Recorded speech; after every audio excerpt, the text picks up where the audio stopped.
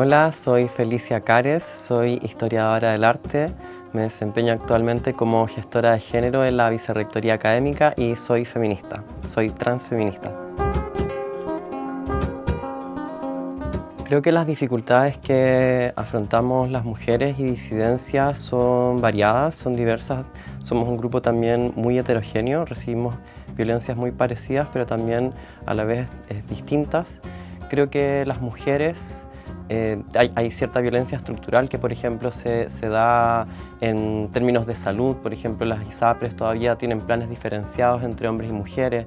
En términos de educación, qué es lo que se le enseña a un niño, a una niña, desde muy pequeño, desde muy pequeña, eso va generando ciertas creencias en qué es lo que puede llegar a ser como mujer o como hombre. Y también creo que hay algo importante con respecto al cuerpo. Eso también me ha llamado mucho la atención, que haya que generar leyes con respecto al propio cuerpo de la mujer. Hace poco escuchaba una noticia del Colegio Médico de Colombia que había propuesto que mujeres con muerte cerebral pudieran funcionar como un útero para personas que no tenían hijos, y creo que eso es muy violento, todavía ver el cuerpo de la mujer como un objeto a ser utilizado. Creo que desde ahí el ser mujer, ¿no es cierto?, hay todo un traslado simbólico con respecto a no ser un cuerpo, sino ser sujeto de derecho, un sujeto político.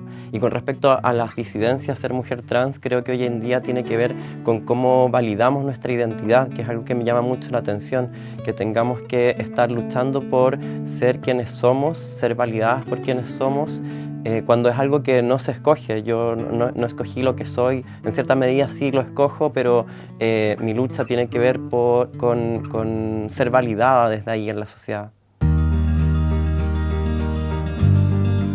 Creo que es algo en lo que hay que trabajar. Hay muchas distinciones, como decía, también somos una comunidad muy heterogénea.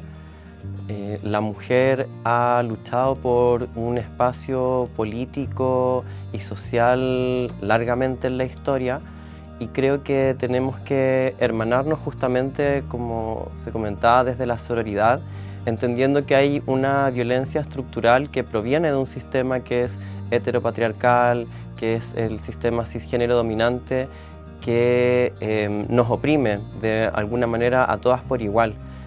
Y creo que abriendo espacios de sororidad y de comunidad y de unión entre mujeres y disidencias, vamos a poder hacer esa lucha en contra de este sistema que nos oprime a todas por igual.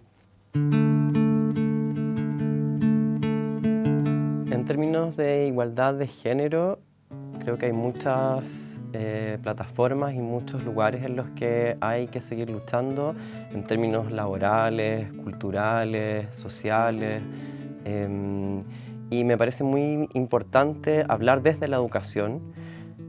Cuando yo pienso, por ejemplo, en mi etapa escolar o cuando pienso en mi etapa universitaria, no recuerdo haber visto a tantas autoras, así como vi autores hombres, y creo que desde ahí es cuando se comienzan a crear referentes. Si una niña o un niño tiene la misma cantidad de autoras que de autores, comienza a entender que en la ciencia, en las humanidades, en la filosofía, en las artes, el trabajo que se realiza es por igual. Recuerdo, por ejemplo, hace poco con una gran amiga conversar sobre, siempre se habla del primer fotógrafo, la persona que creó la fotografía, pero hace poco se descubrió que Anna Atkins es una inglesa que fue quien descubrió cómo hacer la cianotipia, cómo fijar la tinta al papel, y ella había estado silenciada, siendo que en el mismo periodo ella había hecho este descubrimiento en la fotografía. O por ejemplo en otras disciplinas como el psicoanálisis, en donde, ¿no es cierto?, tenemos a Freud como el padre de la teoría, pero por ejemplo Sabina Spielrein es una psicoanalista que se formó más tarde, una rusa, que también ella hizo aportes. Por ejemplo, la idea de pulsión de muerte se cree que es una idea de ella que se la apropió más tarde Freud. Entonces creo que esos silenciamientos que han ocurrido en la ciencia, en la educación, en la medida en que salgan a la luz y que comenzamos a entender que tanto hombres como mujeres vamos construyendo el conocimiento, también eso va a hacer una diferencia en las nuevas generaciones.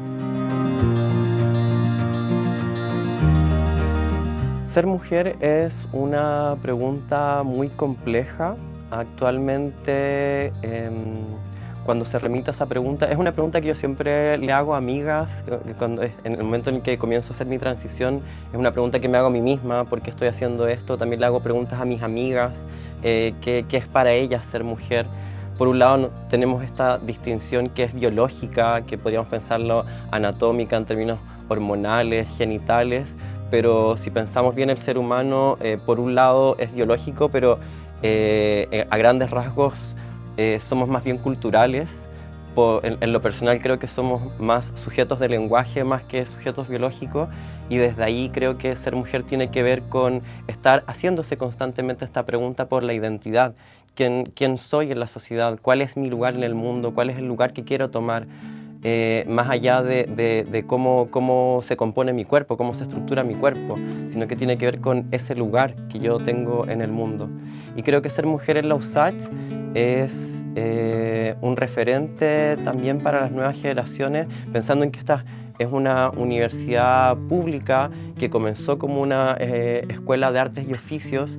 Creo que es un lugar en donde mayoritariamente hay carreras que son pertenecientes a la ingeniería y a las ciencias. Las mujeres y las disidencias tienen un lugar importante acá para comenzar a ponerse como modelos de profesionales, modelos de trabajadores, de académicas. Creo que la USACH es un lugar referente para las nuevas generaciones de mujeres y disidencias. Estoy orgullosa de ser una mujer trans y estoy orgullosa de ser de la USACH.